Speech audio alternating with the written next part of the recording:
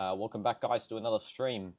Today, it's 2 days until my English A-level assessments. So today we're going to be sort of focusing on memorizing these different English devices, analysis devices. And yeah, we're basically going to be focusing on that. And we're just going to be having a good time here studying for the exams. So if you do end up joining us, make sure to drop a comment in the chat. I'll sort of talk with you guys as we're going on. I'll explain some of my study techniques. And yeah, so let's get right into it here. Let me just get my assessment book. I think it might be over here, actually. Just get it. Yeah, it's in here. No, never mind. Aha, found it. Okay. Just what I like doing is sort of just writing what I read, so yeah, I'm not going to be forgetting some stuff. It's good to use some like nice writing stuff while we do our revision because yeah, it helps with the memory. Get onto here, this one. Okay, move this forward, and we'll get a pen. Okay.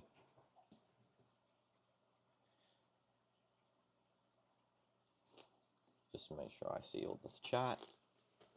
And hi, Emerson Mogul, welcome to the stream.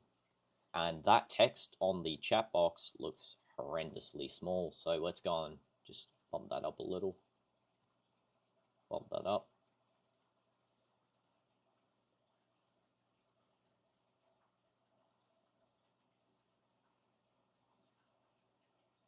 Just make sure we go all good here. Okay.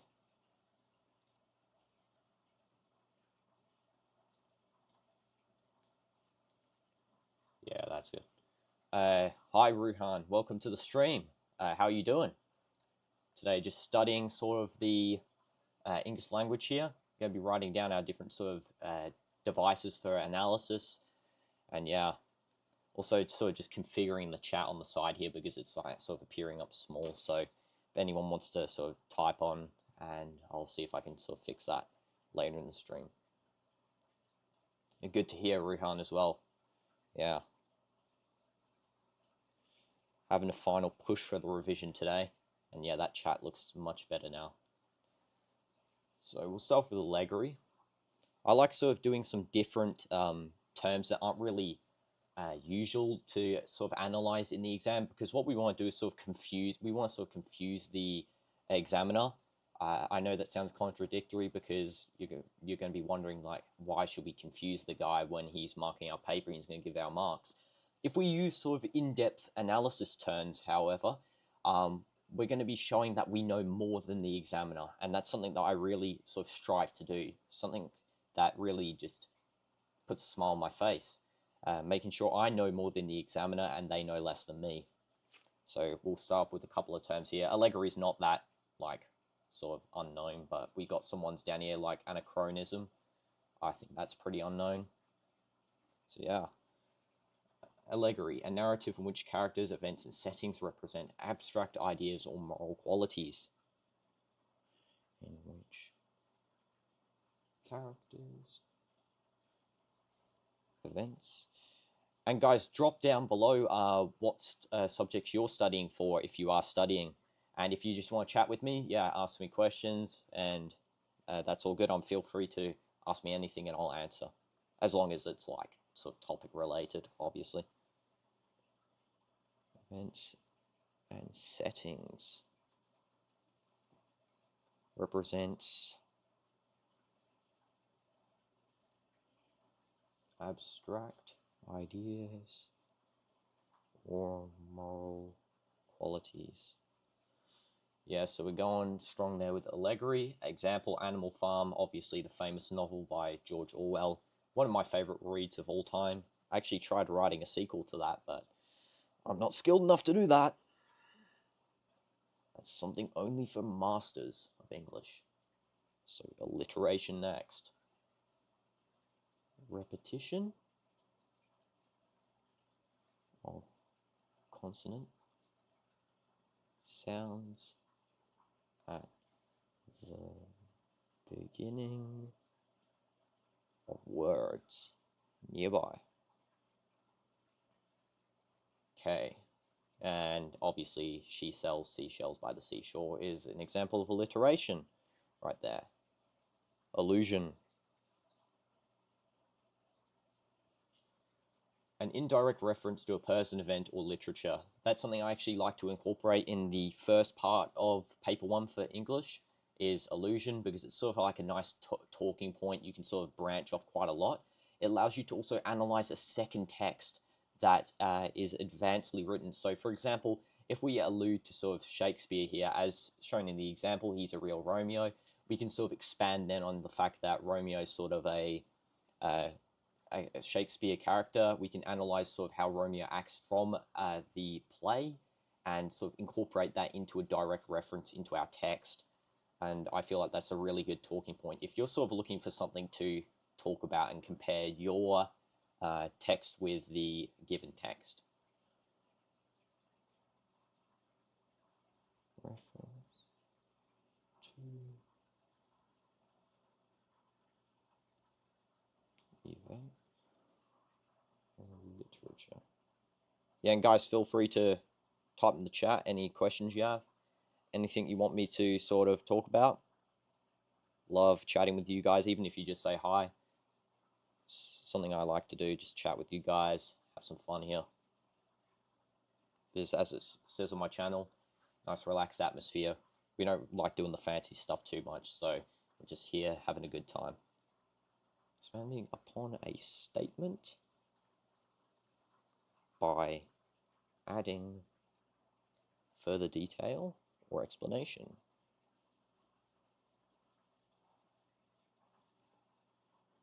One tip as well that I sort of have is if you have like a list of these sort of terms before you go into the exam room, you want to be looking at the terms list. I know that's like something that people do usually, but one thing you want to do as soon as you get into the exam room is ask for a scrap piece of paper and then write down as many terms that you can remember on the scrap piece. Don't really try and remember the definitions, more so the word, because then the definition will come to you if you can remember the word. And obviously that's a sort of a good idea there, because you're going to be able to then have an advantage in the sense of you're not really thinking of terms that you can analyze, but more so you've got a list of them now in the exam room. So it's not cheating, but it's sort of like a helpful boost to your sort of analysis points there. Amplification is a good one because it doesn't really require too much analytical skill to sort of implement. Anachronisms now is a good one here as well. The orange ones are, as you can see here, structure is orange, and I actually have it on each page here. Form is green, structure is orange, language is purple. And the blue is an analytical point that we can sort of talk about. Hi Camper Mobile, welcome to the stream. How are you doing? Okay, anachronism. Thank you for the good luck as well. Good luck if you have any exams too. The placing of a person, event, or object in a historical... Oh, yeah, that's good to hear as well. So, yeah, good luck with your exams, Camper Mobile. Hope you succeed. I know you will succeed too, so come back to the streams at the end of your exams and let me know how they go. Because we'll be streaming, I think, every day during this exam season, making sure that we cover all of the sort of subjects I'm doing here. Placing a person, event, or object in a historical or chronological context of which it does not belong.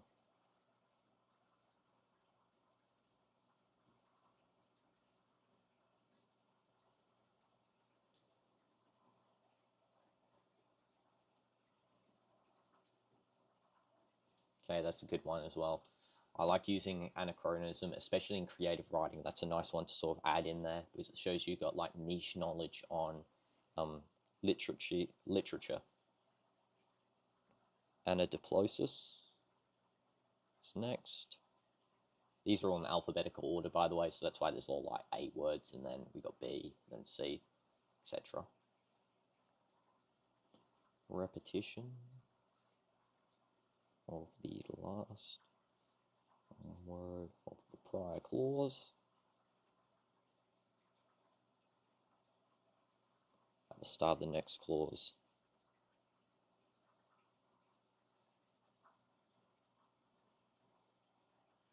You know what, we're going to set up a poll here as well. Just set one up now. Poll.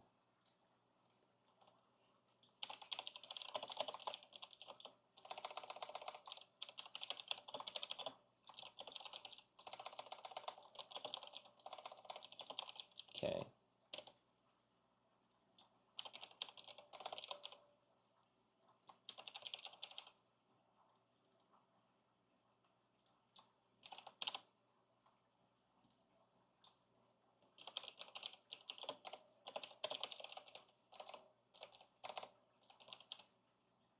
There we go, poll started.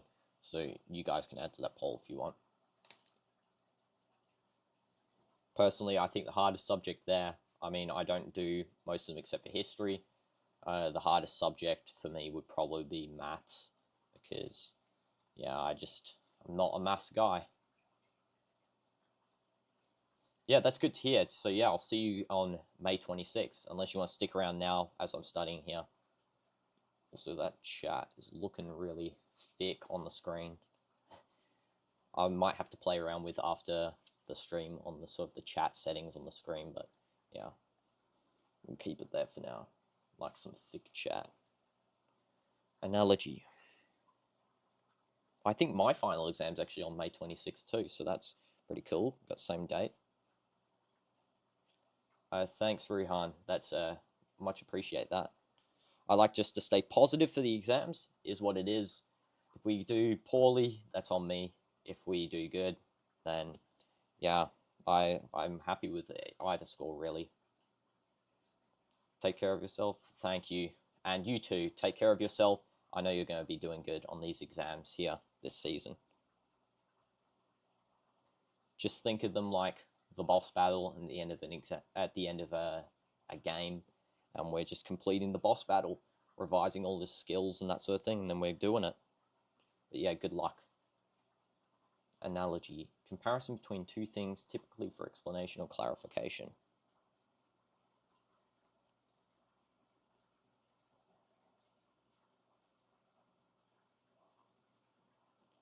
If anyone wants this list, by the way, if you're doing English language, just let me know, and I'll provide it to you guys in the chat. I'll provide a link to it. It's also good for literature, I think, because literature does do analytical work. Clarification. Anaphora.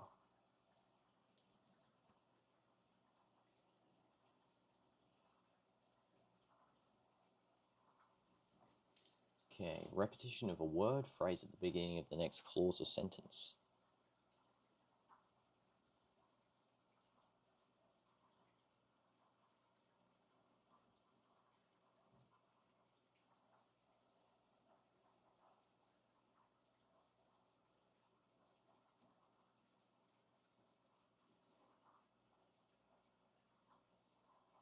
Okay, that one's written out.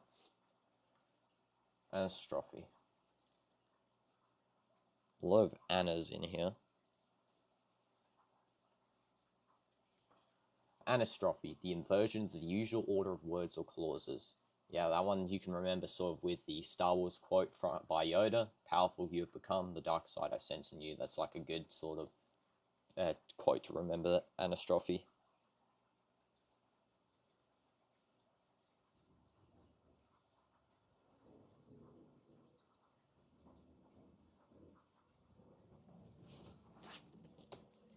Also, my history teacher always used to say, my old history teacher, I got a new one now, but he was one of the best teachers I've ever had.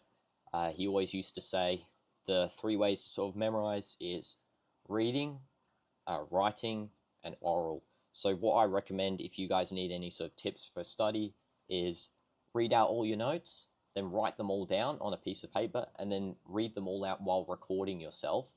And then you can listen back to your notes as you're like walking, you're raking your leaves outside, you're mowing the lawn, doing any sort of jobs. So yeah, you're constantly getting information put into your brain, which I find really helps. I do it when I walk my dog sometimes. So yeah, that's a pretty cool way to sort of continue to memorize. Antenoclassis. This one's like sort of an unknown thing. So far, history's winning the poll as well, which is interesting. It's not it's Antenoclassis.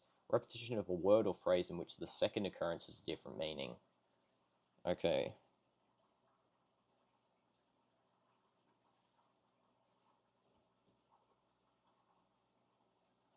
In which the second time it has a different meaning. Anticlimax. This one's like a sort of simple point you can talk on if you are doing the English language assessment. This one's like sort of, if you get a text and it's like sort of a travel log, it can be a story or whatever, there's always going to be an anticlimax in the story, unless it's like a letter. There's not going to be an anticlimax in a letter, obviously, or a speech. But yeah, this is sort of a point you can really talk on, especially if you're comparing. So if you're told to write a speech and then they give you a story, then you can say, my speech doesn't have an anticlimax, story does, or my speech doesn't have a climax and the story has a climax. So climax and anticlimax are both good talking points, but both good this sort of discussion and diversion points you can pick on.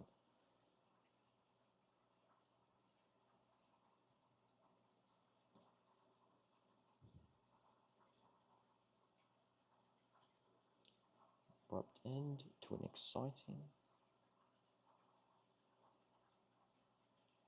I just don't recommend writing an anticlimax in your creative writing piece on paper 2, because I was told, do not write a cliffhanger, do not write and then they woke up, that's the end, and do not write an anticlimax, because you will get deducted marks by the examiner. And that's because, as I've said multiple times, the examiner are mostly old people, and they do not like a story ending with such a sort of poor quality finish.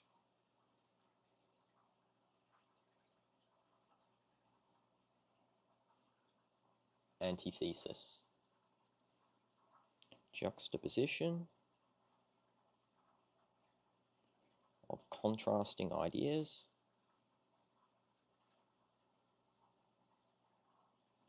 Imbalanced phrases.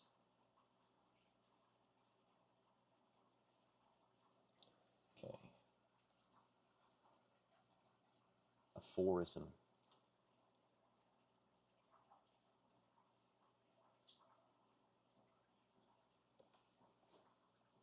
A concise, often witty statement of a general truth or principle.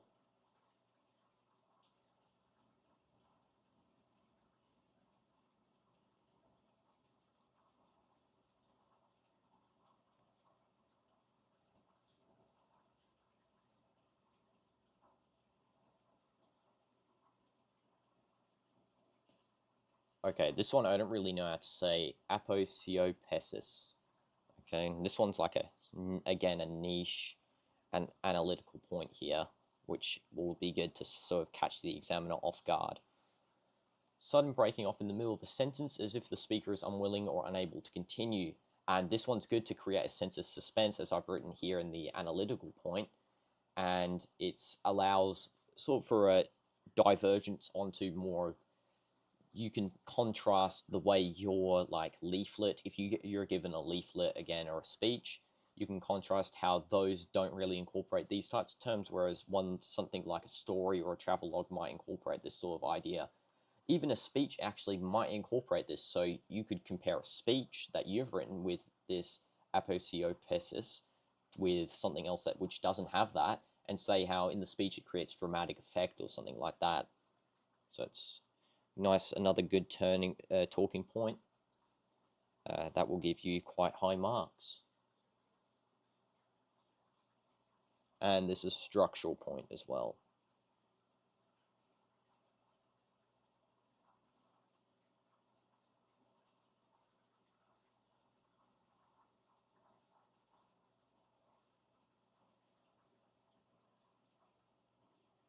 Unable to continue. Assonance. Let's get that in. So assonance is the repetition of vowel sounds within words nearby.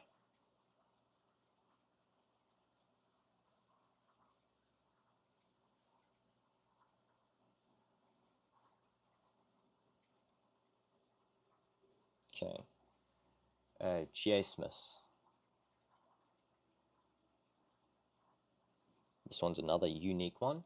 Rhetorical device wherein words, grammatical constructions, or concepts are repeated in reverse order in the same modified form. And the example there is never let a fool kiss you or a kiss fool you. So it's like another cool one to add in.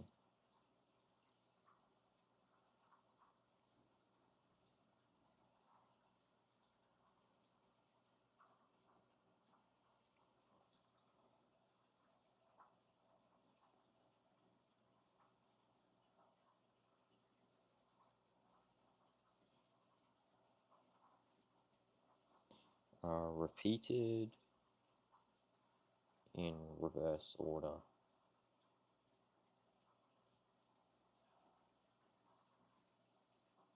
In the same modified form.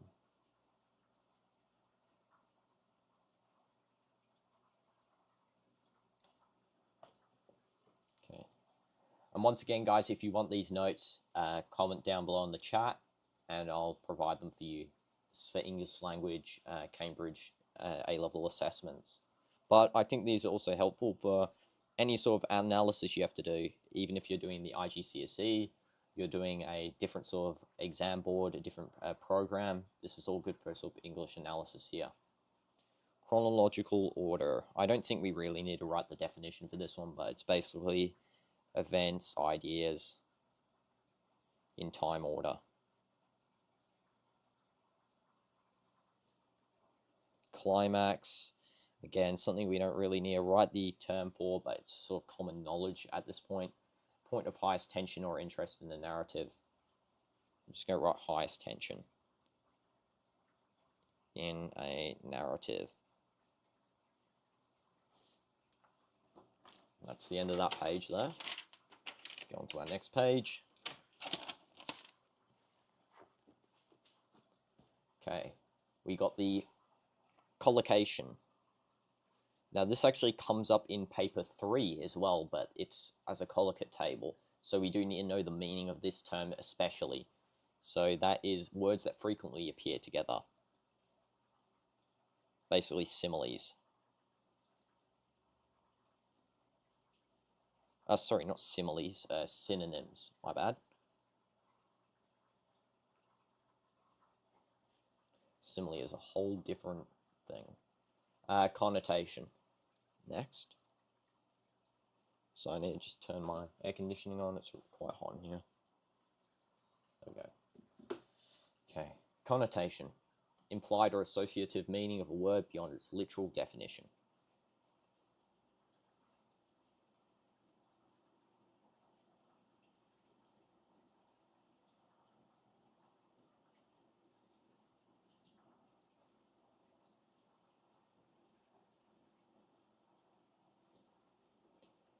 Hi, Next Level Math, and welcome to the stream. I'm from Australia. How are you doing, by the way? Literal definition.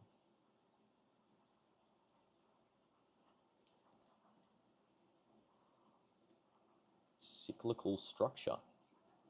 You can probably tell by my accent, it's like quite strong.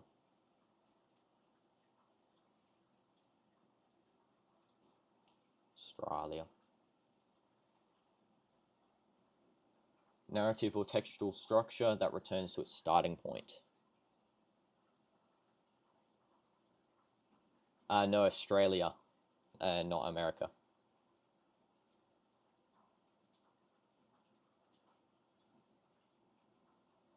But the exam board I'm doing is the British exam board, so it's not really Australian sort of stuff here, but yeah, from Australia.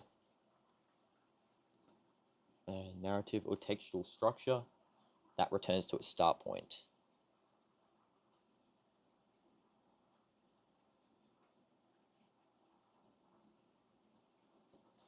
And one thing that I like with cyclical structure is it's good to incorporate in a sort of in your paper 2, in your creative writing piece. It's very nice to sort of incorporate a cyclical structure because it sort of shows to the, it's an easy ending to do because you just put it back to where it started, but it also shows that you know how to wrap a story up and you know how to sort of incorporate all sort of ideas that you've developed into a simple cyclical piece. And it's good to analyze too, so if you get one of these to analyze, it's a good mention. Just letting you know right now.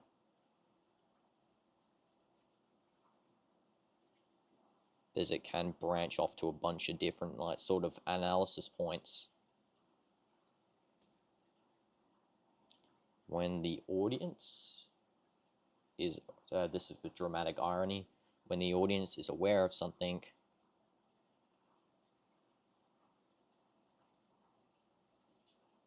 that that a character isn't aware of.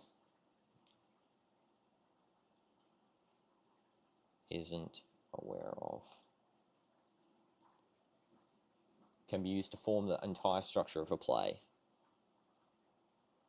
As seen with the play Inspector Calls. If anyone's read that, let me know, because that is actually a good read.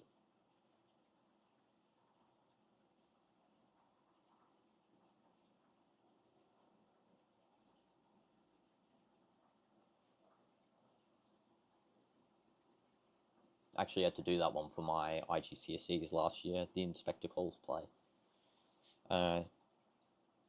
Denotation. Literal or primary meaning of a word.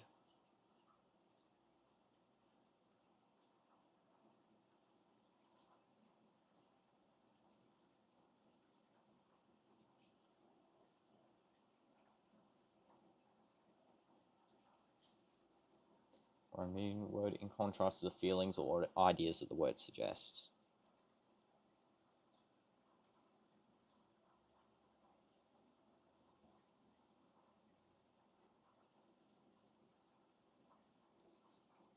And one that's good is snake. So you can say something like, if you say he's a snake, you're obviously sort of implying that he is untrustworthy, but you can actually be denoting in the end that he's actually a reptile.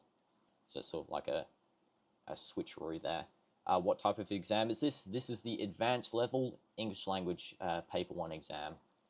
So this is the British curriculum. It's otherwise known as A-level, in case maybe you've heard of it like that.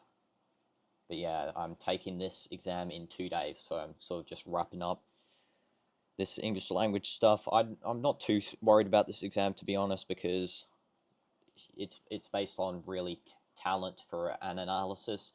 Like, if you're good at analyzing stuff, you should be fine on this exam.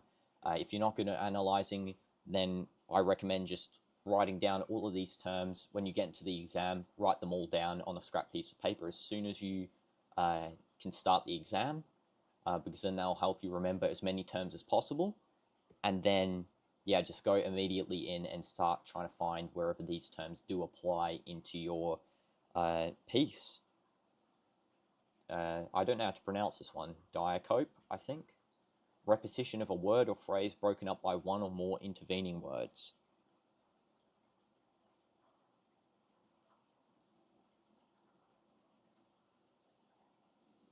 Broken up by one or more intervening words. Unfortunately, like, YouTube actually does let you select which type of exam you're studying for on your live stream. However, I'm surprised that they didn't actually have advanced level as a subject. It's only like IB and that sort of thing, so kind of surprised, because advanced level is one of the top sort of subjects that's top sort of exam types that's taken in internationally. Apanalepsis. Next, this is another unknown term here. Repetition at the end of a clause of the word that occurred at the beginning of the clause. So another good one to use, especially in an advert. This one is pretty helpful. Repetition at clause of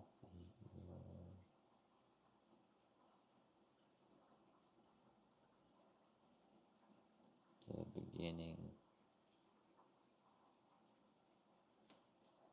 clause. Okay. Beginning of the clause. Epilogue. By the way, guys, we're actually close to 4,600 subscribers, so if you're interested in helping the channel out, subscribing would be much appreciated. You don't have to, but yeah, we're almost at 4,600, and that will be such a big milestone for me because our channel has grown a lot recently in the past couple of weeks. I remember only like a month or so ago, we were on like 300 subs. We're now almost at 5,000, so that is actually insane how much it's grown. Thanks to you guys. Best subscribers in the entire world, to be honest. Section or speech at the end of a book or play that serves as a comment or a conclusion to what has happened.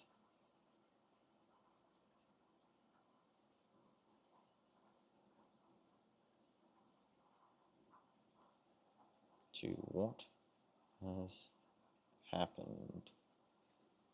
Also, one other sort of tip that I recommend for you guys is if you're taking English language and you're doing paper 2, for the creative writing piece, what you'll want to do is you'll want to, first of all, write down your story beforehand, write the plan for it before you go into the exam. So maybe after this, I'll actually write the plan for my story. You guys can help me develop it, a good story.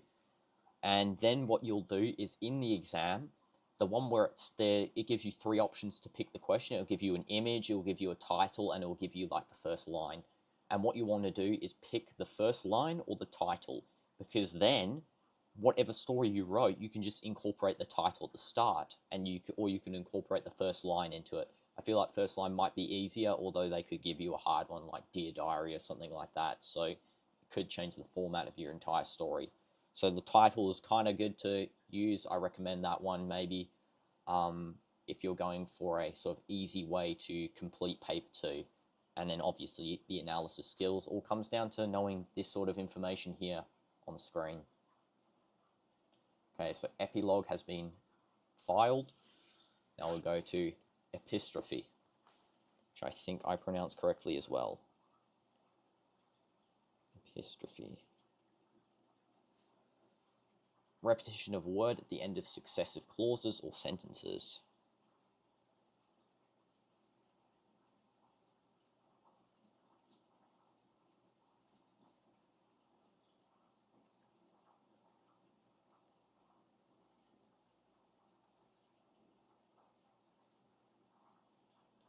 Okay.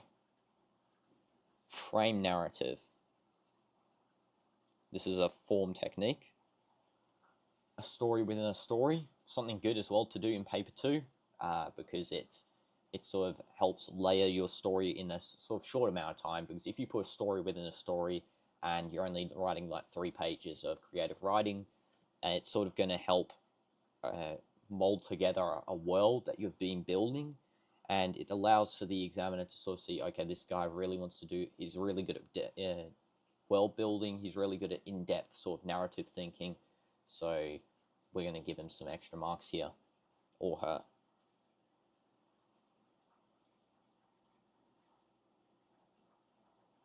Story within a story. Overarching narrative. Okay, so we got that. Just make sure this is all good, by the way. Also, history is still winning the poll vote at 57%, which is cool. Hyperbole.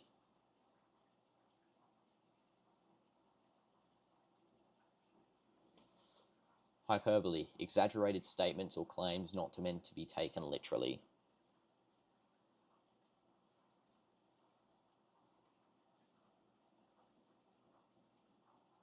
Exaggerated statements, claims, then in brackets, not literally.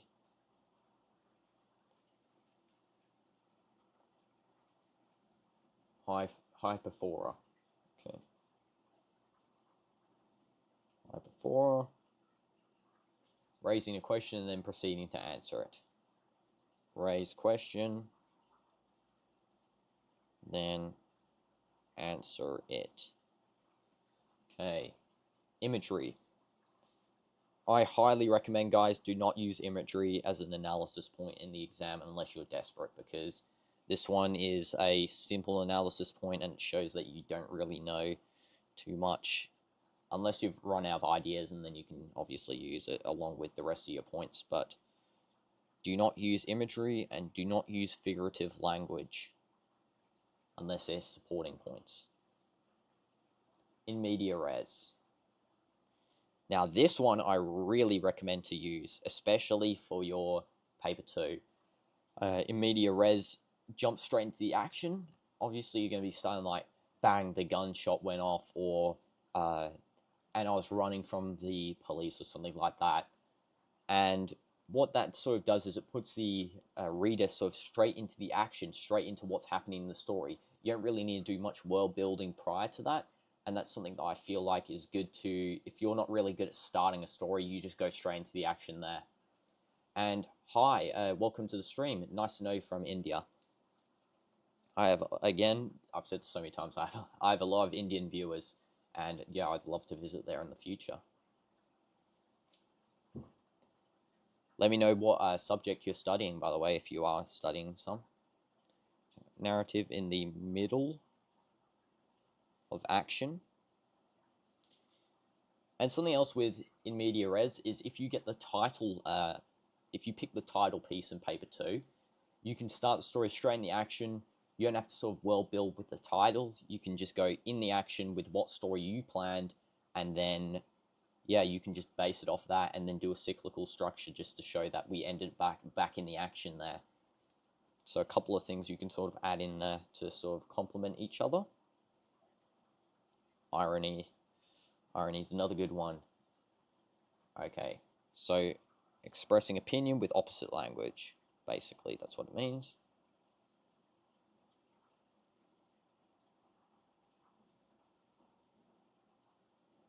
If you're enjoying the stream, guys, as well, smash the like, because I love to know feedback from you guys. And yeah, that's a good way to show you some feedback and support. Expressing opinion with opposite language. Humorous effect. Using broken English to describe that one there. Juxtaposition, another good one. Good one to add into really anything. This is sort of a very versatile term here. Placement of 2 or more things closely together to emphasize comparisons or contrasts. It's the same as contrast. You can mention the use of contrast here, or you can mention the use of juxtaposition. It doesn't really matter. Just juxtaposition just sounds much more complicated, much more like you know what you're talking about. So let's write that down.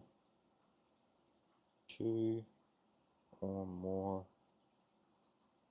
contrasting ideas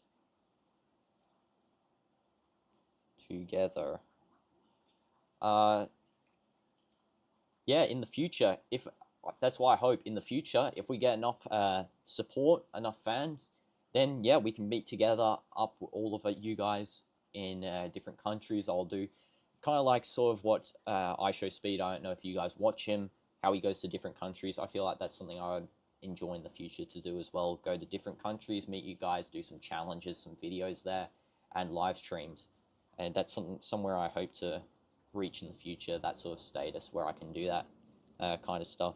But for now, we're stuck doing this, which I guess isn't that bad, judging that we're in here just talking with you guys. But yeah, we have to grind.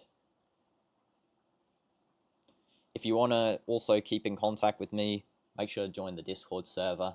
I think it's in the description of this video. Let me just check. I'll make sure. Let's see. Yeah, it is. So the Discord's in the description, so you can join that. Come say hi to me after the stream. Come talk.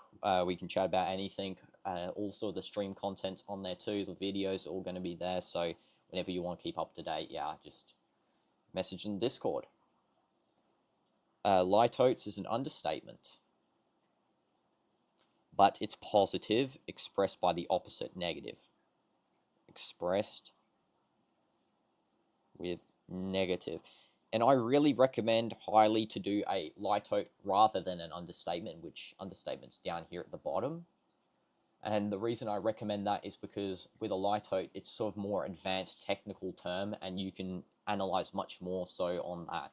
Like if your character in your story or your god travelogue or something, and the person uses a litote, you can sort of show an underlying meaning. Maybe they mean something that they don't really, and they can have a double meaning there. So who knows? Like not bad could mean not bad as in it's good, or it can mean like it's not that great, to be honest. So who knows?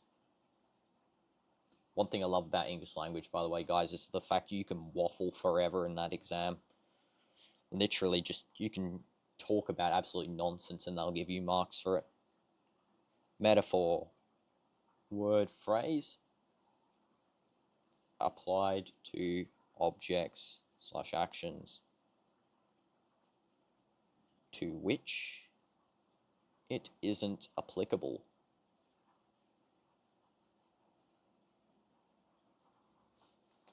Okay, so that's like a simple one there. I wouldn't recommend using metaphor by itself because we're not in IGCSE anymore, we're in A-level. If you're in IGCSE, obviously you can use it, but if you're in A-level or in the advanced subjects for university, do not use metaphor by itself. Use metaphor along with something like an epistrophe or something like that. Metonym. Metonymy. Sorry, metonymy. I'll wait for the next live, and on which date you will do the next live stream, please tell me. So I'm actually doing a couple of live streams. So I'm doing one tonight as well. I do a dog walk live stream every night. I don't know the exact time, but it'll be somewhere in the evening, maybe in, let's just see, 7 hours or so from now. So that's when I'll do my dog walk live stream. Tomorrow I'll do another study stream because my exam's one day after tomorrow. And then I'll do a stream after my exam on April 30th because I'll give you sort of feedback on how it went. And I'm not allowed to actually say what's on the exam, so I can actually get a fail if I do that. So I'll just say what I recommend to focus on and that sort of stuff. So yeah, that will sort of be my live streams for the coming 3 days. And obviously, if you want to keep up to date, make sure you subscribe, because then that'll help you get notified when I'm live again. Yeah, and the Discord also does notify people of my lives. Substitution of a name, attribute, or an adjunct for that of the thing meant. And a metonym, metonymy, I don't know why I wrote, I think that's how you pronounce it, is actually a good sort of thing to use in your advertisements. So there, the example, the crown representing the monarchy. If you have an advert, I recommend using a metonymy because it's going to help out quite a lot with analysis points and that sort of thing. Neologism. Neologism. A newly coined word or expression. Word / expression. Caution with this one. You don't want to go overboard and just coin about 300 new words in your piece, because you'll get absolutely nothing if you just continually are making words and that sort of thing. You want to coin one maybe throughout the whole piece. Out of like 300 words, one would be enough. I wouldn't overdo it because they will definitely not credit you highly on that. Nominalization.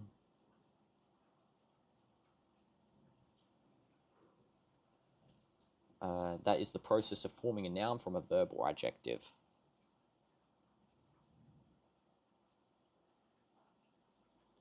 Again, these are all paper 3 terms we actually need to know too. So that's good. Onomatopoeia.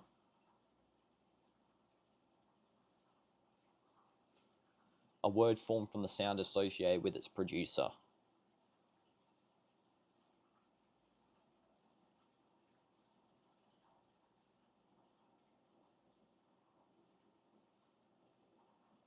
So I just got something here on my mobile here.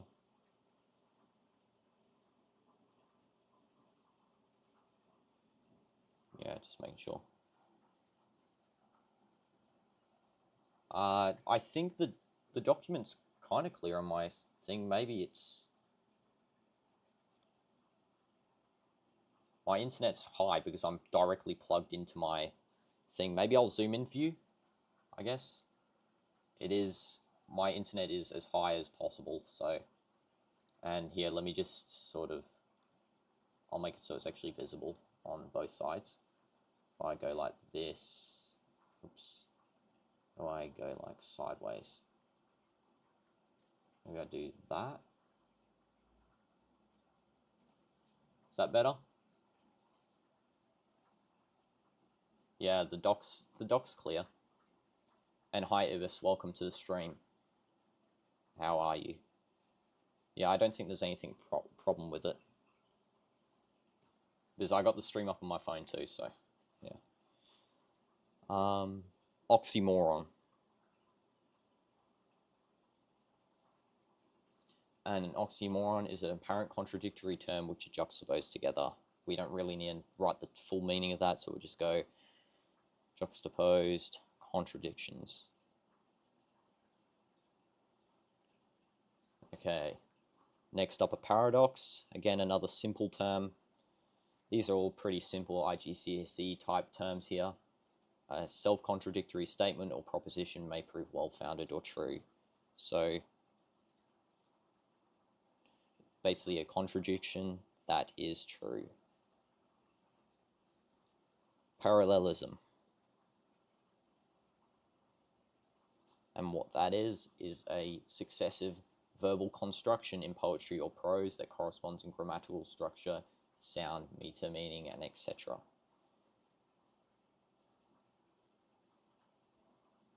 But we can just write successive verbal constructions.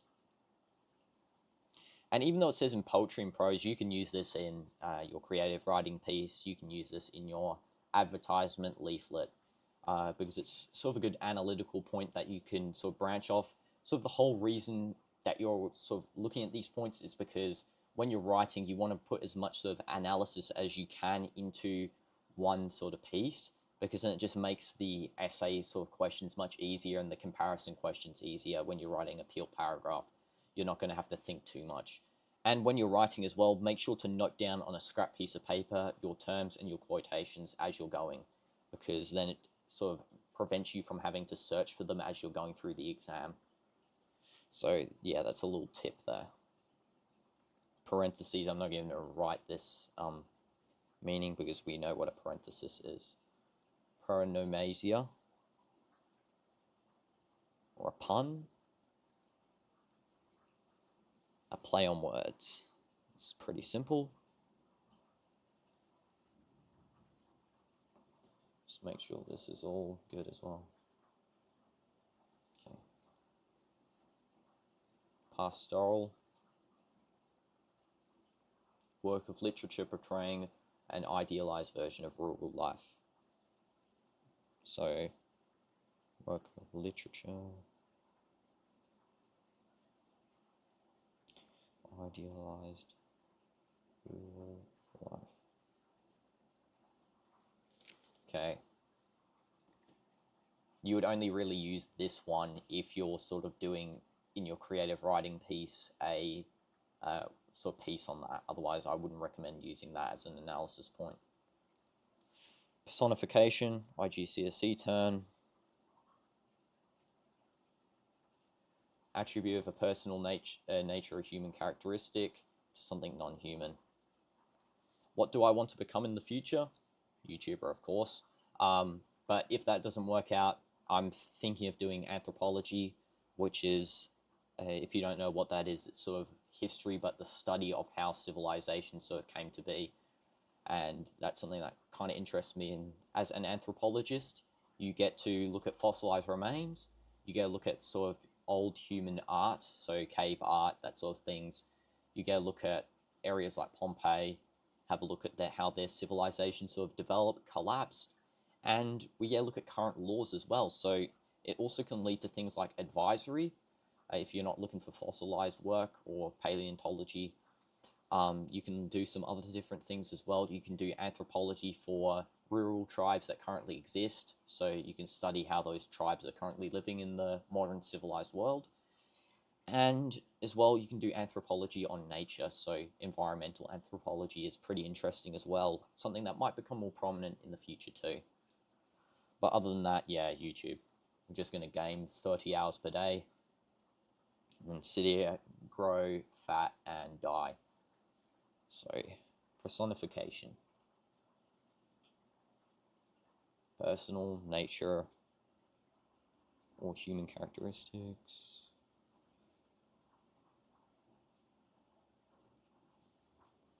To something non-human.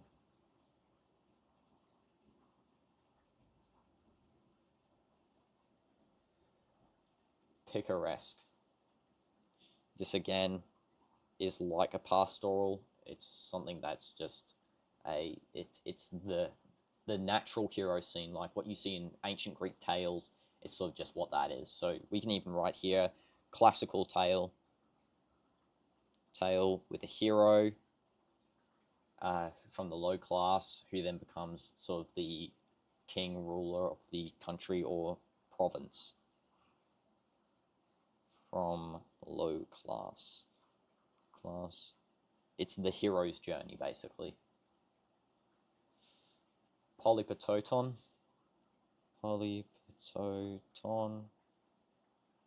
Repetition of words derived from the same root, but with different endings.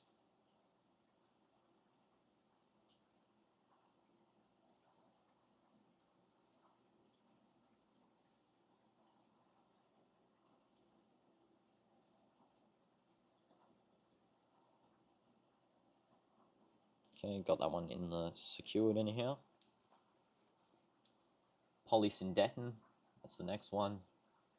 Repetition of conjunctions in close succession.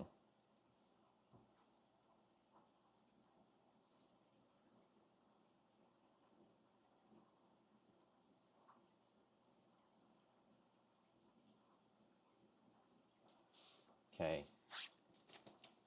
Repetition. This one shouldn't even need to write the meaning for this one, so let's just, in fact, just write repetition on here and leave it because we already know what that is. Rhetorical question, same thing. Your name's Zane, my name's DInoDoomz. You can call me Dino though. Rhetorical question. After effect.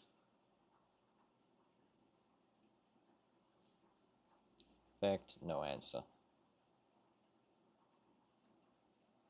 Satire.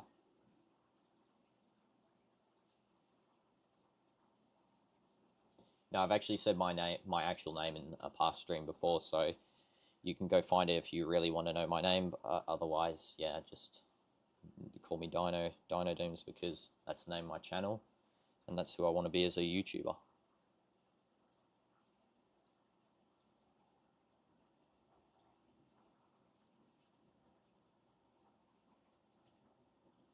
Exaggeration, ridicule, to expose and criticize people.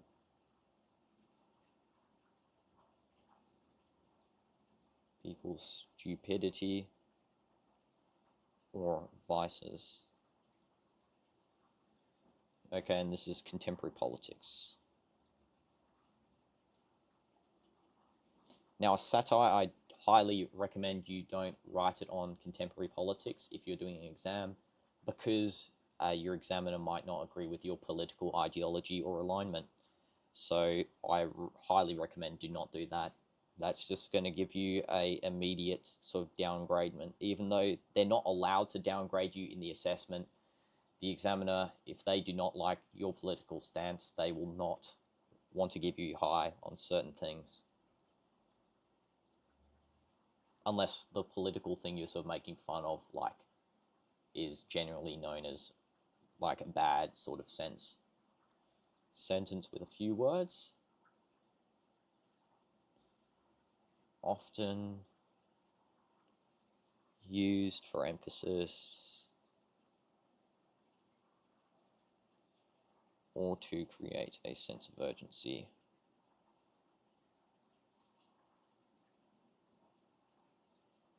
Okay. Short sentence done. That's a good one, again, to use in the exam in different things, especially in an advert or a leaflet. They're sort of strong ways you can sort of input a call to action. If you want to input a call to action, I recommend a short sentence like buy now, or something stronger than that, obviously. I can't think of one at the top of my head, but yeah, similar to that. Comparison of two different things using terms like or as. Like as comparison, I'm just going to write like as comparison. Again, don't use similes and metaphors by themselves because they're sort of too simplistic for a A-level assessment. Sonnet. Now, I have no idea why I've written this inside of the A-level revision because this is a literature term. So if you want that, go ahead and write it. I'm just going to not write that one. I think I had a list of sort of terms in here anyway. Stream of consciousness, however, I will be writing. Stream of consciousness. Narrative technique.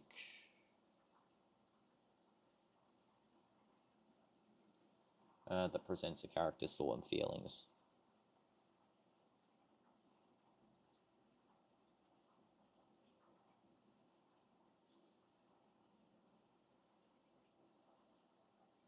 Okay, that one's secured. And there's also, obviously, without traditional structure and punctuation. However, I think that's pretty, known. Yep, I won't forget you, and I'll see you in the next live stream. Good luck as well if you're doing assessments. Yeah, if you are, I know you'll succeed, and I know that you'll get the score that you need. So yeah, see you in the next live stream. Okay, solipsis.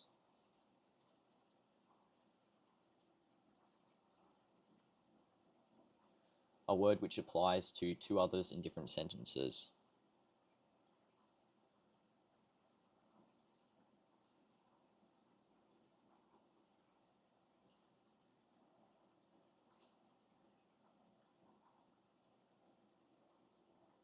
Okay, solipsis. An example of those, she broke his heart in his car. That's a good example of solipsis there because broke, obviously, broke heart, broke car. However, I do recommend using this one in an advertisement once again in a leaflet because you can sort of, as the example is actually a good example of what you could do if you had an advert for a car. Say like these cars, she can't drive. Like if you're playing off the stereotype, which I think stereotype's actually in here. Oh no, it isn't. We'll list stereotype at the end. But based off the stereotype that like women can't drive, obviously they can. You can say she broke his heart in his car, but our car can be driven by like a woman or something. Don't write that in the assessment, by the way. That is very bad advice. Synecdote. I don't know why it says synecdoche. Synecdote. Let's get that in there.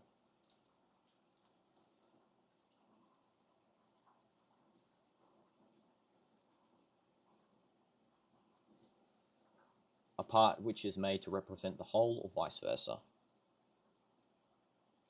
Which reps whole or vice versa.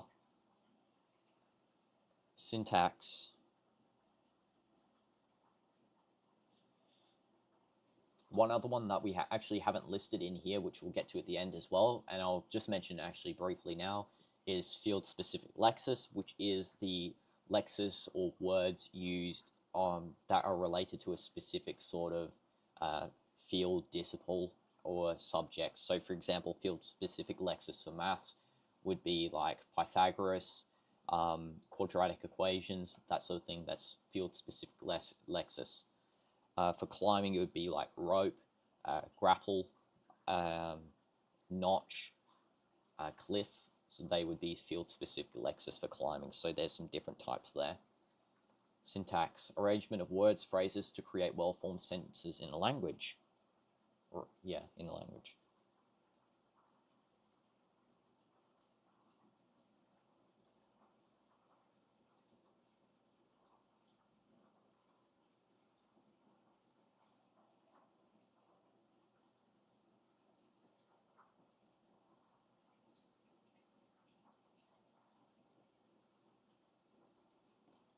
Okay, next page.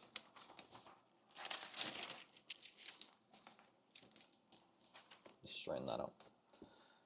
Travel log. This one's a good one because they like asking this in the exam, to compare your text with a travel log. A written account of a person's experiences while traveling.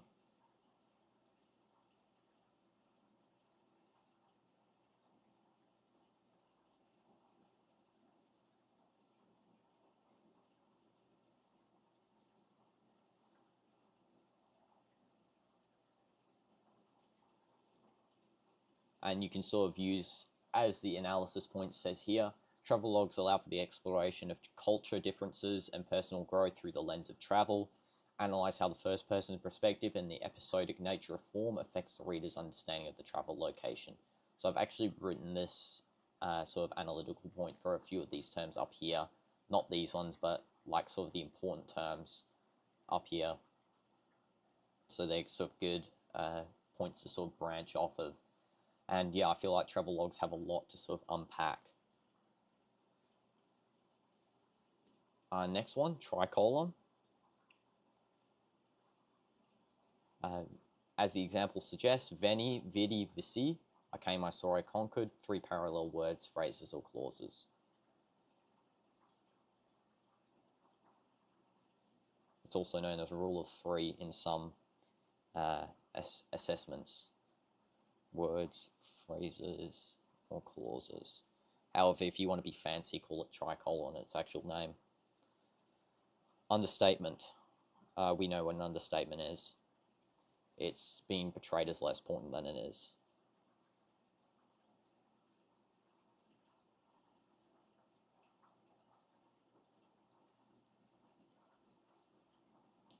Than it is. Okay. And the final one here, we actually have 2 bonus ones as well. Utopia and dystopia. I'll put them under one sort of term here because they're just the opposite of each other. So utopia is an imagined place or state of things in which everything is perfect, and a dystopia is an imagined place or state in which everything is unpleasant or bad, and usually it's a totalitarian or environmentally degraded one. And there are the examples of each. So Utopia Island by Aldous Huxley and Dystopia 1984 by George Orwell. And we can actually use a utopia and dystopia in our paper 2 creative writing. It's sort of a good scene setter. It's a good way to, if you're doing cyclical structure in media res, this is these 2 are sort of good things to implement into your assessment answer because it's such a expansive form that you can sort of really do anything within these sort of boundaries. You can do a utopia that has something goes wrong, or a dystopia where the hero rises up and conquers and fixes it into a utopia. Let's get this direct address here. Direct address. Audience is addressed with the pronouns you. Basically a second person story with you. And imperative. That's a good one to comment on. It's simple and good. It's not as simple as a metaphor, I would argue, because imperatives are sort of good expansive points because you can add a lot to what an imperative actually is functioning as. So they're a command function to someone or the audience as well, or audience. Now let's move on to the narrational types. Narrational dictionary that I've actually sort of come up with here. So I'm going to quickly draw a line down my page. And our first narrator is a reliable first-person narrator, first-person participant narrator, which I'm going to call an FPPN. So we got that. FPPN. And that is a narrator within the story using I or we as their pronouns, and they provide an accurate and trustworthy account. So I, we, and within the story, trustworthy.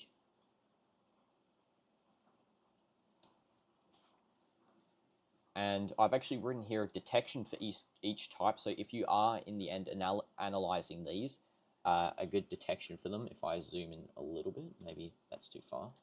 I got an idea. Yeah, 125. Yeah, 125 is good. So we got here the consistent details, lack of contradiction, and alignment with other credible sources within the text. So that's a good sort of detection for a FPPN. Okay, now we got the unreliable FPPN. PPN. And that is again an first-person participant narrator. However, they have a sort of bias and ignorance in the story.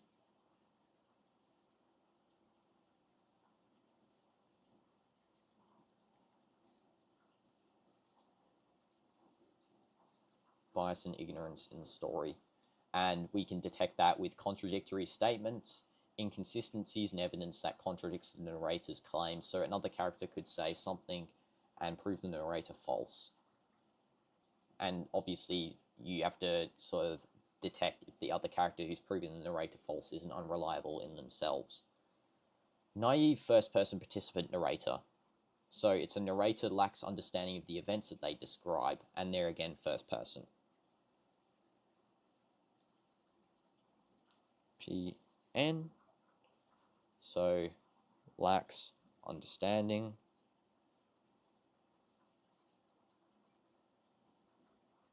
of events. And you can actually incorporate that into your story if you have sort of a narrator who doesn't really know what's going on during the story. They're in a confusing situation. They're in a situation where they don't really have control of the storyline, and they're sort of just in there for the ride. And that's something that you can also implement into a dystopia, especially if it's a totalitarian state. You can have the narrator sort of be confused by what's actually going behind the closed doors of this dystopian region. And here's the detection. The narrator's explanations are simplistic, lack of context, and the reader can infer more than the narrator can understand. Second person narrator is the next one. Second person. The narrator knows the thoughts and feelings of all... Oh, sorry, that's the third person, my bad. And the narrator addresses the reader directly using the pronouns you. Addresses reader with you. And you is probably the only pronoun they use, direct address the reader. And one other thing to sort of implement with second person narrator is that it's usually a choose your own story, choose your own adventure sort of setup where you're in the story yourself. And the analysis point for this one is actually pretty good. Analyze how the second person perspective blurs the line between the reader and the character, creating a sense of immersion and direct involvement. Consider the impact on the reader's emotional engagement and the potential for manipulation and persuasion. Another sort of good example of second person is in a horror text, where the reader is actually becoming a part of the text themselves, and they can't really the lines between reality and fiction are sort of distorted and blurred. So that's another good example of second person narrator. Third person omniscient narrator, or omniscient. So I'm going to write TPO narrator.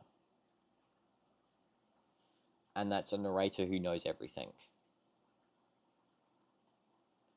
Who knows everything. They know all the thoughts, they know all the feelings of the characters, they can switch between different perspectives. They know that one character is sort of being selfish or dodgy. They know another character might not be showcasing their true feelings to someone else. So it sort of just it cohesively links the entire story together, the third-person omniscient narrator. Now, the next one is third-person limited omniscient narrator, and this is usually one that's used in stories. And it's a narrator that knows the thoughts and feelings of only one character, or it could be a couple, but not all of them. And usually that's the case for a third-person story, because it's usually from one perspective, the third-person perspective. So let's write that down. Narrator knows only one or few perspectives. Okay, next narration type. Third person objective or dramatic narrator. By the way, in an exam, guys, for paper 1, you only have to really mention one of these. And for paper 2, for your own story, I recommend picking one of these that isn't first person unless you have a strong first person story setup, because first person and third person limited omniscient are sort of default there, what everyone's going to choose. But imagine being someone unique, doing something that no one else is going to pick, like picking a stream of consciousness for your story or an intrusive narrator. That'd be pretty cool. So we're going to do third person objective / dramatic. Also gets the examiner a little bit excited because they're marking thousands of papers and they just see someone who's not doing a first-person story for once and they're feeling, okay, this guy is actually being a bit unique. Let's go and actually read this guy's story with a little bit more intent. So the narrator reports events without revealing the character's thoughts or feelings. Reports events without revealing thoughts / feelings. An example of that could be a news report. So you could do a news report of a event that happened, like say you're doing the Olympics, right? This is from a past paper example, actually. Say you're covering the Olympics as a news reporter and you interview Usain Bolt, and you're covering all the Olympics events throughout the day. You're not actually really emotionally showcasing what the athletes are feeling, because obviously you're there in third person, but you're not really knowing what they're feeling because you're yourself. So this is sort of a good way to sort of set up a news report analysis, is if you instantly go on the form with third person objective narrator. And obviously form is sort of a hard point to sort of cover in a analysis, because there's only really a few form points you can actually cover per text. So you want to be doing something to do with narration for your form points. So we got that one. Now, intrusive narrator.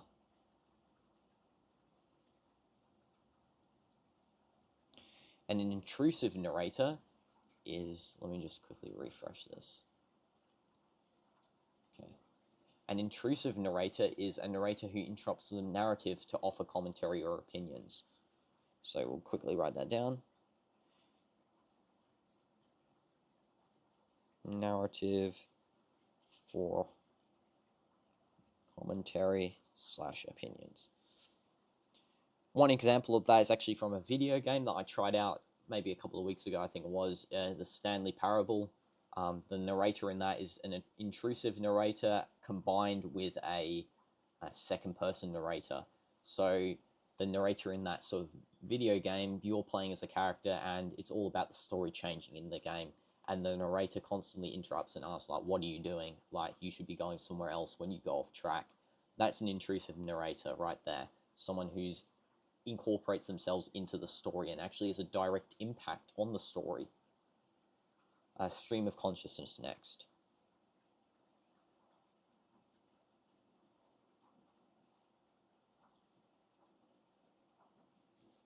And that is a narrator who presents a continuous flow of thoughts, feelings, and perceptions, often without traditional grammatic structures.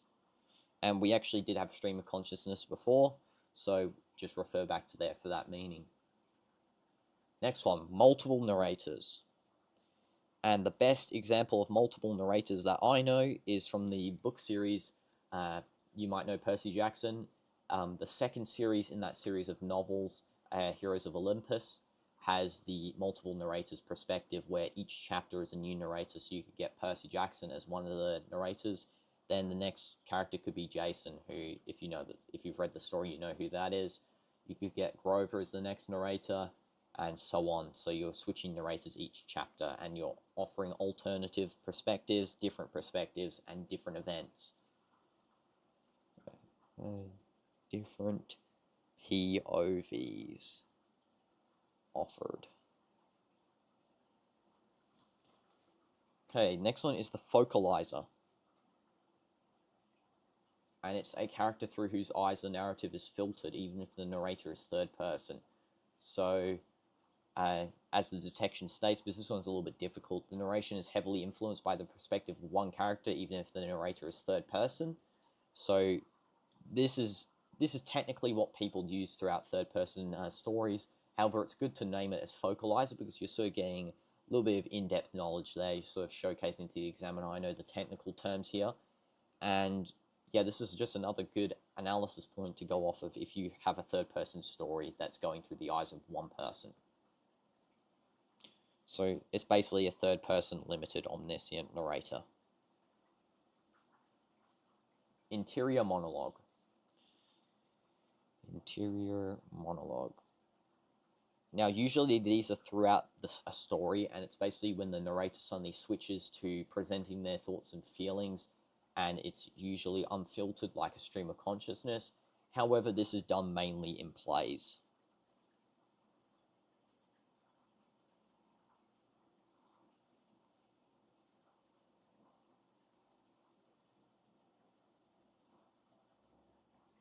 Just get this up here as well, just to make sure everything's going good.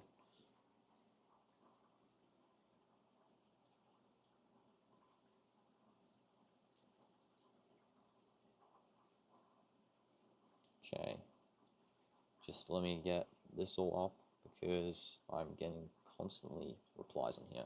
Just taking like a 2-second break here, quickly see. Yeah. Okay, all good.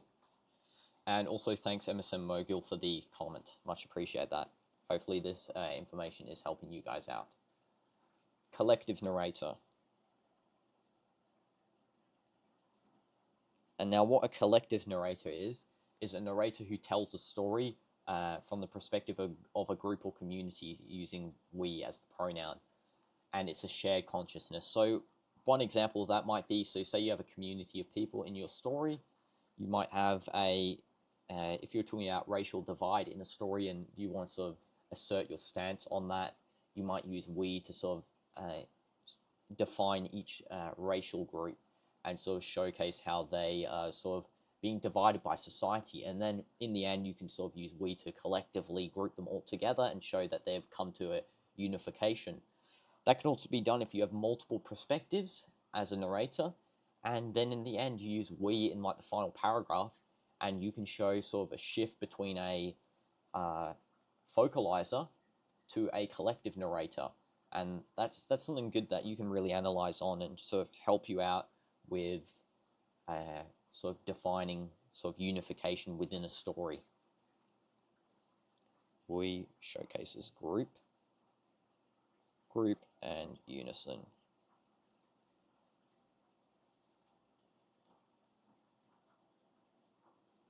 Which is good. Okay.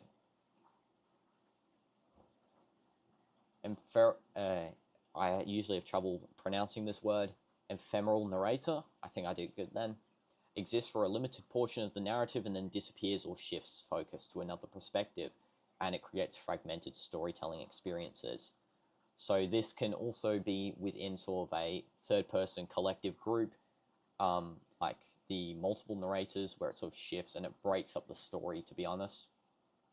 But the key difference here is sort of that the multiple narrators, they're persistent, they're throughout the story, whereas the ephemeral narrator, as ephemeral means of disappearing, not lasting, it means that those multiple narrators only appear 1 time or 2 times throughout the story, and then they're gone, not a part of the story anymore.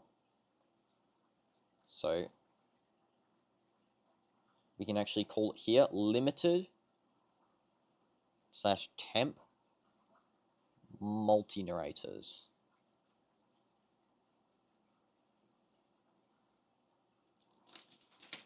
That's next page.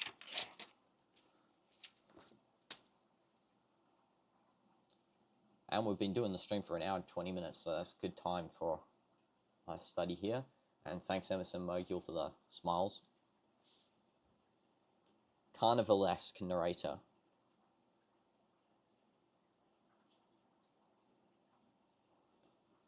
And that is a narrator who subverts traditional hierarchies and embraces the grotesque in the body and employs the humor and parody. The narrative might feel chaotic and irrelevant, and they frequently use sort of humor, satire, and focus on the physical and absurd challenges and social norms. And I really highly recommend you pick this one, Carnivalesque Narrator, or the next one that we're going to get on, Self-Reflexive, or this one, Sensory Deprived, because these 3 are sort of specialist niche narrators that not many people are going to really sort of talk about. And I feel like that, especially the Carnivalesque Narrator, they're someone that you can really get a point of view from. You can really just expand and delve in on that. They're sort of subverting traditional norms. You can do stereotypes in that, because it's a good idea to incorporate stereotypes. It's also a satire, but you obviously don't want to go too political. And yeah, you can incorporate a lot of humor into your narrative then as well, which is quite helpful. So go subvert traditional hierarchies.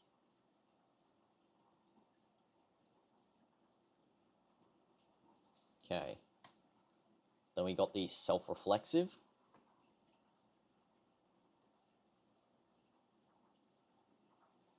Aware of their role as a storyteller and directly addresses the reader about the process of narration itself. They might comment on the story's construction, acknowledge their own biases, or even discuss alternative plot lines.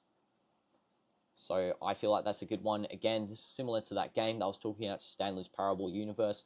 Make sure to check that game out, by the way, if you want to have some more narrative examples, narrational examples. Yeah, this is a good one to use if you want a self-aware narrator, that they know that they're actually affecting the storyline and they know that they're the narrator themselves. Sensory deprived narrator. A narrator whose ability to perceive the world is significantly limited by a lack of 1 or more senses.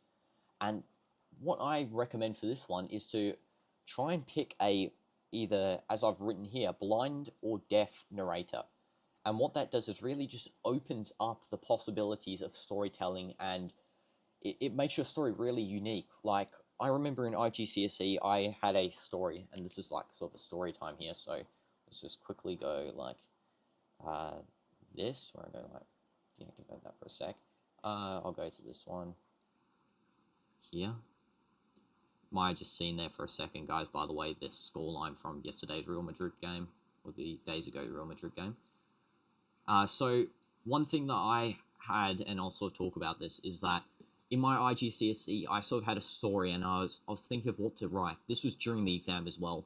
I'll just turn this off too. So I was thinking of a story to write, and I was wondering what's a good idea to write for a story, especially since I didn't really plan for, prior to the IGCSE, what I was actually going to really construct in my paper 2 answer. And I was having a think, and what I thought of was a story about a fox, and just having the fox as the main character. Now, that's not really conventional, because usually you're going to have like a first-person story with a human or whatever. But having a fox as a narrator, but without like any speech or anything, is like pretty interesting, because it sort of limits what you can do, but it sort of opens it up at the same time to broader storytelling, and you can really sort of open sort of aspects of your story where it doesn't have to make sense for the narrator, the marker to give you high marks on this. So my fox in the story basically was, he started off as on a field, in a sort of wheat field, walking around. He didn't speak. It was just based on the sense of smell and the sight. And he was walking around, and there's some implications on what was actually happening here, but he eventually got to like a weird stone or rock or something in the wheat field. Now, obviously, it's like 3 years ago now, so it's kind of hard to remember the full details I wrote, but he gets to the stone, he steps up on the stone, and then this beam of light comes down from the sky, and obviously as a fox with no brain capacity to sort of comprehend like a human can, like comprehending that you're being abducted by aliens or something like that, the fox is wondering what's happening here, like what's going on, thinking it's like food or something like that, who knows, or thinking it's daytime. The fox is abducted by aliens, and the fox is then experimented on by aliens, and sort of the moral of the story with that was it's actually nothing to do with aliens. It's more so to do with animal cruelty and the fact that an animal is picked up by a human, taken to a lab, and tested on. And that's sort of like a dual meaning of what I was going for in the story there.